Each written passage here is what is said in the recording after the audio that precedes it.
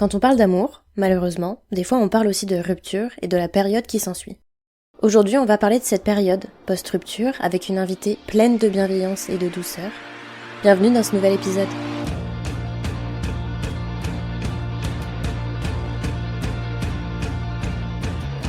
Amoureusement vôtre, épisode 10. Après la rupture vient le beau temps.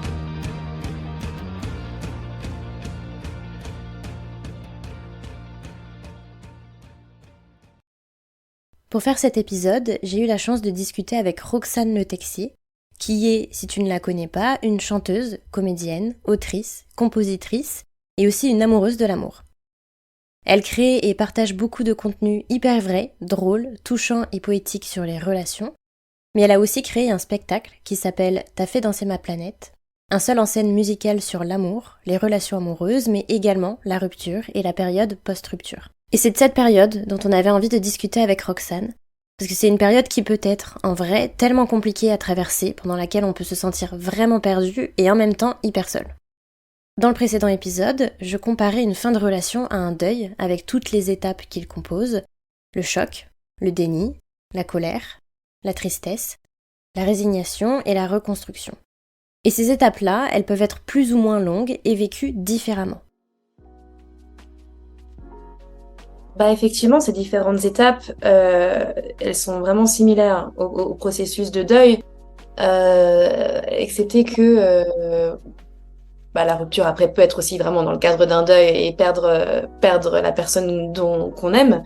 Mais là, la personne est encore vivante. Donc en fait, on fait le deuil d'une relation et aussi d'une partie de soi qu'il faut amputer. Ça, c'est un terme que j'ai repris de Claire Marin, justement, qui a écrit un ouvrage qui s'appelle Rupture, qui m'a beaucoup inspirée.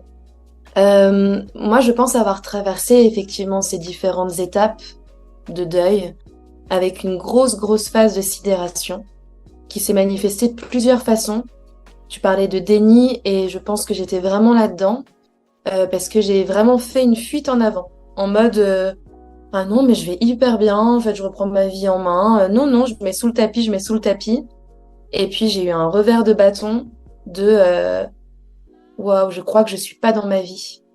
Et effectivement, ça, pour en avoir parlé avec pas mal de personnes qui ont connu vraiment le deuil, la perte de quelqu'un, de se réveiller, tu sais, en pleine nuit et d'avoir quelques secondes où tu te dis, et puis, ah non, cette personne, en fait, est plus là.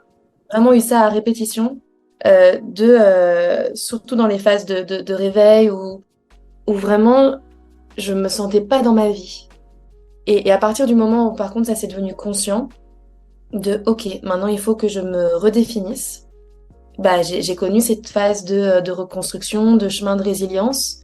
Et je suis toujours en travail parce que voilà, moi ça fait 4 ans qu'une grande histoire d'amour s'est finie.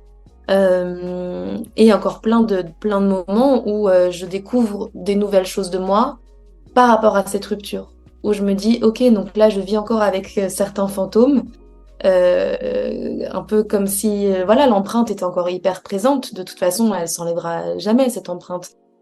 Mais j'apprends à composer avec. Et à être sortie de la colère, vraiment, à être sortie de la tristesse. Et à me dire, en fait, effectivement, de ces cicatrices, de ces failles, j'essaye vraiment notamment par le biais de ce spectacle, d'en faire quelque chose qui à la fois met du baume et pas que pour moi. Et je pense que ça a été un peu mon chemin de résilience, sans que ce soit non plus de l'art-thérapie où c'est juste un journal intime. Et l'idée, c'était vraiment, ok, je me sers de ces blessures-là et j'en fais quelque chose. Et comme je me suis toujours exprimée en musique, en jouant, ça a toujours été ma manière de comprendre ce que je traversais intimement, forcément, ça a donné lieu à un spectacle.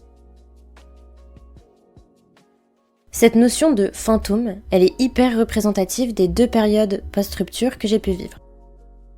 En fait, j'avais vraiment l'impression d'avoir, dans mon quotidien, comme des fantômes du passé qui surgissaient.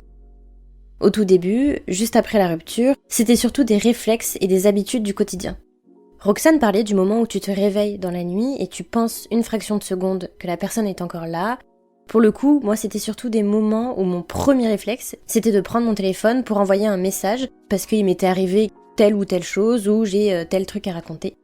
Et je me rends compte qu'en fait non, je peux plus faire ça parce que je suis plus avec cette personne.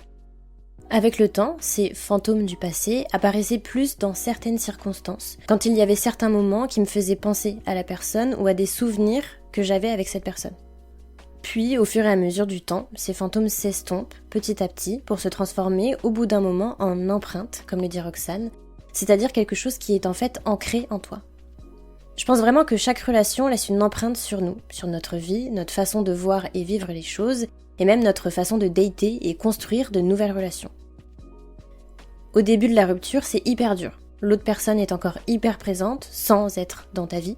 Vraiment comme un membre fantôme après une amputation. C'est Roxane qui parle de cette comparaison à un moment de notre échange, et je la trouve vachement représentative.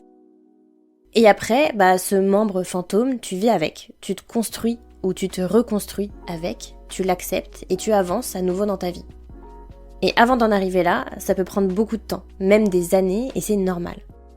Mais du coup, on est reparti des débuts avec Roxane, et on a discuté sur la douleur des débuts d'une période de post-rupture.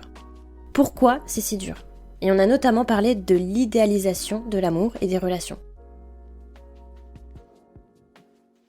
Je pense que oui, forcément, on entre en relation avec un sacré sac à dos sur les épaules. Moi, j'y suis entrée quand j'avais 21 ans dans cette relation. Et mon sac à dos était rempli de paillettes, de films romantiques, de contes de fées, quoi, aussi. Et forcément que ça, c'est parce que j'ai pas envie de faire un truc généraliste de c'est la société qui machin, mais en fait, on grandit forcément avec une culture, avec un environnement, avec un contexte. Et puis une sacrée dose de patriarcat, hein, enfin, on va pas se mentir quand même. Qui implique un positionnement dans la relation amoureuse. Et moi, j'avais l'impression que ma valeur, c'était j'étais une bonne personne, j'étais une bonne femme, une gentille fille, si j'étais aimée par quelqu'un qui allait me trouver toujours jolie, toujours gentille, toujours serviable, mais en même temps hyper fun, en même temps hyper passionnelle, en même temps... En fait, genre un truc de ok, donc là je dois remplir le rôle modèle de cette femme-là. Et donc moi-même, je me suis un peu posturisée là-dedans. Et je pense que j'avais une vision aussi de l'homme dans la relation amoureuse, c'est quelqu'un absolument qui doit m'impressionner, que je dois impressionner, sinon... sinon, si quelqu'un en fait m'impressionnait et venait me chercher moi, ça voulait dire que j'ai de la valeur. Donc ça, même chose, je l'ai déconstruit, et même je pense au fur et à mesure de la relation, les années, enfin voilà, moi j'ai eu une relation longue, donc au fur et à mesure des années, les postures évoluent, on grandit, on s'émancipe, on découvre des choses sur soi. Et je pense que moi, oui, je suis arrivée dans la relation en n'ayant pas vraiment défini mes contours, quoi. J'avais toujours été en couple depuis mes 16 ans. J'avais jamais vécu seule, vraiment. Et je me suis retrouvée dans une relation amoureuse qui a pris toute la place, avec une personne qui a eu à la fois le rôle du meilleur ami, de l'amant, passionnel, en même temps du mentor, parce que plus âgé, parce que plus de compétences dans plein de domaines. Et aussi du binôme artistique. Et qu'en un coup, ça a pris toute la place, parce que je l'ai laissé aussi, je l'ai voulu. Ça me rassurait, ça me donnait de la valeur et de l'importance. Et c'est vrai que quand cette relation se finit, il y a eu des sacrés moments de gouffre. Mais du coup, je suis qui, en fait? Quand je ne suis pas nous, je suis quoi? Quand je suis pas une moitié de quelqu'un, ça veut dire quoi? Je suis entière. Cette question, elle a tellement résonné après mes 2 vraies grosses ruptures. En fait, si je suis pas avec lui, je suis qui ? Et je sais que durant mes relations vraiment longues, j'ai adopté un comportement qui était pas vraiment le plus sain, c'est-à-dire que je vivais limite pour la personne. J'avais besoin de rien d'autre à part lui, mais vraiment j'étais pas moi si c'était pas pour lui. Je vivais vraiment à travers mon mec. Et on a tous des comportements différents en couple, mais je pense quand même que tu as beau être le plus indépendant ou la plus indépendante dans ton couple, il y a quand même cette idée de tu es une personne à part entière, mais en même temps, tu fonctionnes avec quelqu'un. Tu es toi avec quelqu'un d'autre. Ton existence ne tourne pas que autour de toi, mais elle tourne aussi autour de quelqu'un d'autre. Donc quand ce quelqu'un d'autre n'est plus là, en fait vraiment, tu sais pas ou plus qui tu es sans lui ou elle. J'en avais déjà parlé dans l'épisode sur les schémas amoureux, mais mon premier vrai copain, avec qui je suis restée quasiment 5 ans, était ultra sportif. Et pour lui, ou avec lui, je me suis mise à fond aussi dans le sport et le mode de vie qui va avec. Et ça peut sembler ultra nul comme réflexion, mais quand on s'est séparés, j'ai vraiment eu une crise existentielle, entre guillemets, à me demander si je devais continuer ou pas à aller à la salle quasiment tous les soirs. Je savais même pas définir si ça me plaisait vraiment ou si ça me plaisait juste de le faire avec lui. Et en vrai, en même temps que cette période de questionnement sur qui je suis vraiment quand je ne suis pas nous, je vivais un tourbillon d'autres questionnements et doutes du style « Est-ce que du coup, cette personne que je suis va un jour intéresser quelqu'un d'autre ?» Parce que j'étais pas encore sortie, et d'ailleurs, en toute honnêteté, je pense que je ne suis pas encore totalement sortie de ce ressenti de, en fait, chercher ma valeur à travers ce que l'autre personne va penser de moi. Et ce tourbillon, ou ce gouffre dont parle Roxane, en vrai, il est vraiment dur de réussir à s'en sortir, et encore une fois, ça peut prendre vraiment beaucoup de temps. Parce qu'en fait, au-delà de la tristesse de la rupture, c'est un travail de reconstruction que tu fais. Ouais, ça met du temps de se reconstruire, c'est des sacrées cicatrices, et parce qu'encore une fois, c'est pas juste la marque de l'autre, c'est vraiment aussi soi-même qu'il faut redéfinir, donc c'est une partie de soi qu'il faut... Moi, j'avais souvent, et c'est une image que je donne dans mon spectacle, c'est un peu, tu sais, comme un membre fantôme.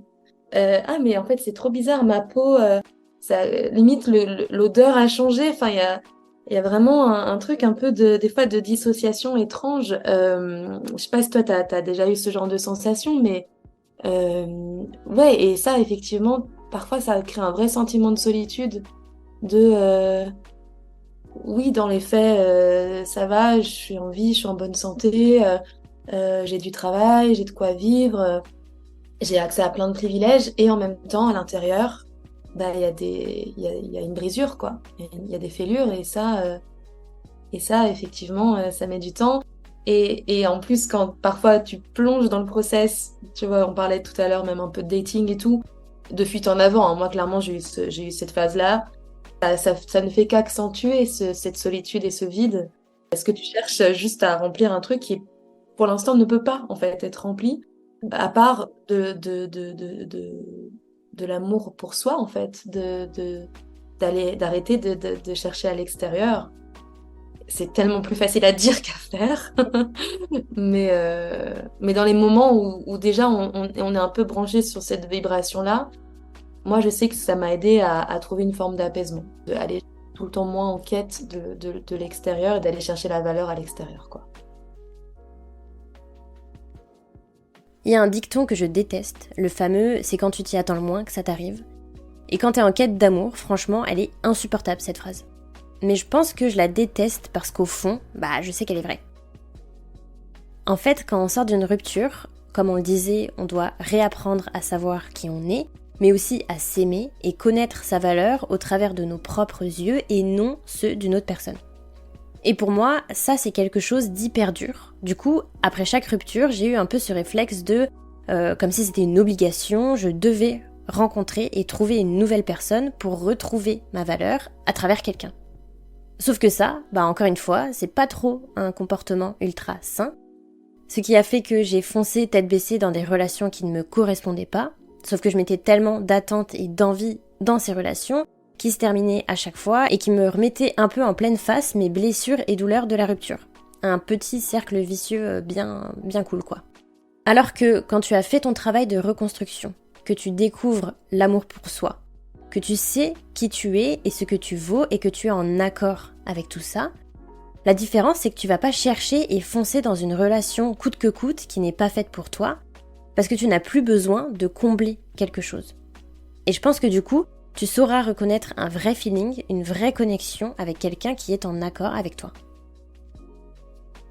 Pour rebondir sur ce que tu disais sur cette phrase de c'est quand on s'y attend le moins, tout ça, Moi aussi, je la déteste. Mais, euh, mais t'as raison. T'as raison parce qu'en fait, les attentes et les projections, euh, c'est aussi une forme de système de protection, quelque part. C'est s'habituer à avoir besoin d'enjoliver, de sublimer aussi un peu la réalité. Et en fait, quelque part, c'est OK. Enfin, chaque chose, si on réagit de telle ou telle façon, soit c'est parce qu'on est un peu en fuite de ce qu'on ressent et on met sous le tapis. Et donc ça, je pense que c'est bien quand tu arrives à conscientiser ça. Soit c'est qu'en fait, on a besoin à cet instant-là de vraiment être en... Tu dis consciemment, je suis en fuite. Bon, bah voilà. Et déjà, ça te désamorce un petit peu. Mais je te comprends tellement. Moi aussi, je mets beaucoup de cœur dans les relations, dans les rencontres. Euh, j'ai besoin de vibrer, j'ai besoin qu'il y ait un échange, tout ça. Et je trouve ça horrible, en fait, quand tu te fais ghoster ou quand tu mets beaucoup d'attentes et qu'en fait, bah, en fait, le feeling n'est pas là et que toi-même, tu as commencé à te faire un monde sur quelque chose qui n'était pas réel. Mais ça vient questionner, en fait, de là où toi t'en es dans ton rapport à l'amour et et que parfois on est tellement mobilisé par l'envie d'être avec quelqu'un qu'on va venir plaquer sur la personne qu'on rencontre cette envie. Et moi, ça a été mon cas de beaucoup sublimer, du coup, la personne que je rencontrais, de dire non, mais si, mais en fait, c'est sûr, mais oui, mais machin. Donc, de pas du tout voir les red flags, même des petits red flags, hein, tu vois, et de me dire si, si, non, mais si, mais bien sûr. Et en fait, au bout de quelques mois, faire oulala, mais pas du tout, en fait. Et je me suis un peu emballée sur l'idée que j'avais fait moi-même toute seule comme une grande de la personne. Et ça, j'essaie de vraiment plus le faire parce que ça peut faire du mal à l'autre, en fait, tout simplement. Ça me fait du mal à moi, bien sûr, mais enfin, ça laisse beaucoup d'incompréhension, quoi. Et surtout, bah, ça m'est déjà arrivé qu'on me le fasse aussi, donc je suis là, ok, non, ça, on va pas le revivre. En fait, ça revient à ce que je disais en début d'épisode en parlant d'empreinte. Mais une rupture, ça va vraiment impacter ta vie sentimentale et tes relations amoureuses à venir. Et ça peut être hyper déroutant. Des fois, tu comprends pas trop pourquoi tu réagis de telle ou telle façon. Mais c'est parce que tu as ces marques-là, conscientisées ou non, de ta rupture. Bien sûr.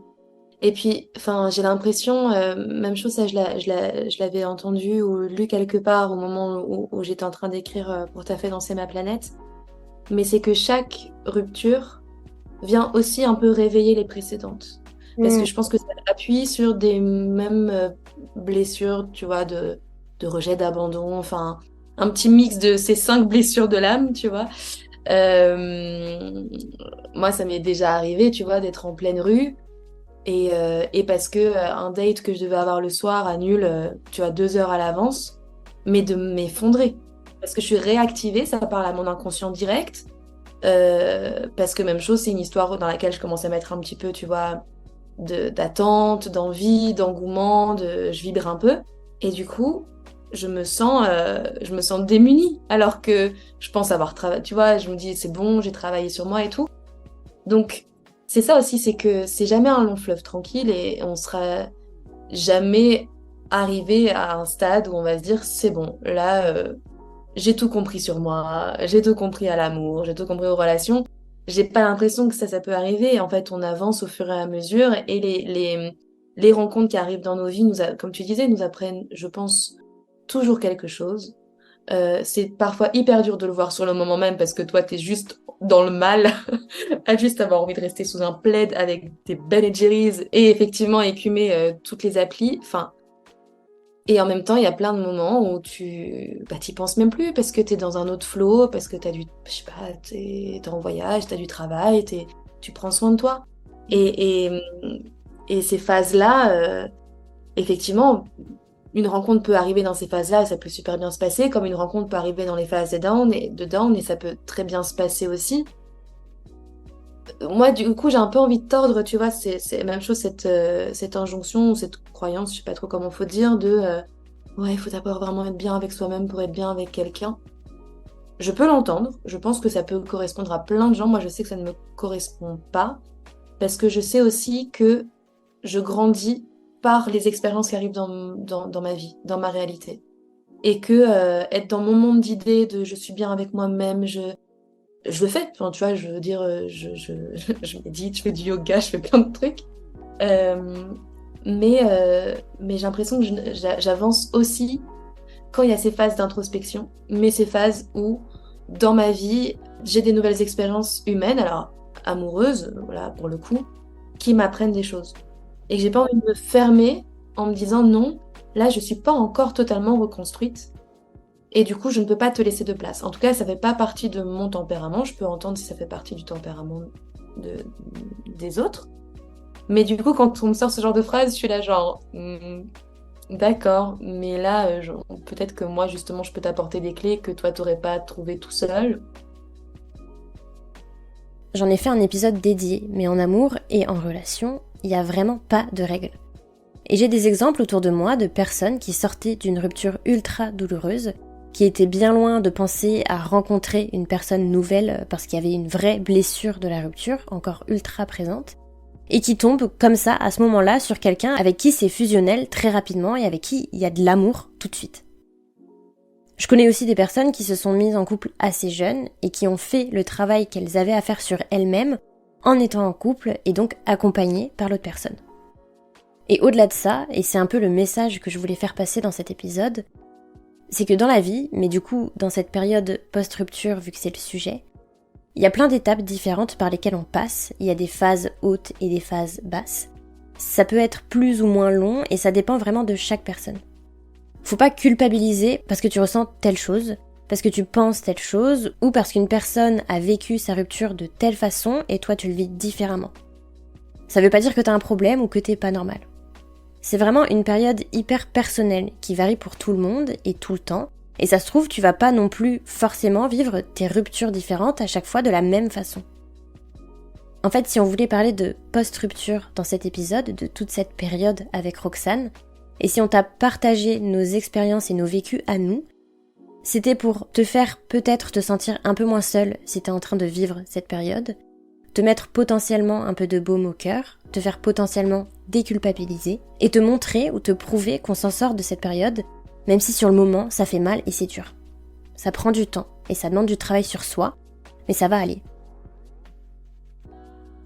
Pour terminer cet épisode, je laisse la parole à Roxane et les derniers petits messages qu'elle voulait te faire passer. Il y a une image que j'aime beaucoup, c'est dans l'art japonais, c'est kitsungi. C'est en fait mettre de l'or dans ses fêlures. Qui disent que voilà, quand on casse un objet précieux, ils font fondre de l'or pour le réparer. Et donc mettre de l'or dans ses fêlures, c'est une image qui moi me parle beaucoup. Et qu'il faut pas avoir peur d'être romantique et de s'aimer soi, d'aimer les autres et que c'est trop chouette. J'espère que cet épisode t'a plu ou t'a fait du bien. Comme d'habitude, je te donne rendez-vous dans 2 semaines pour un nouvel épisode. Prends soin de toi, amoureusement vôtre.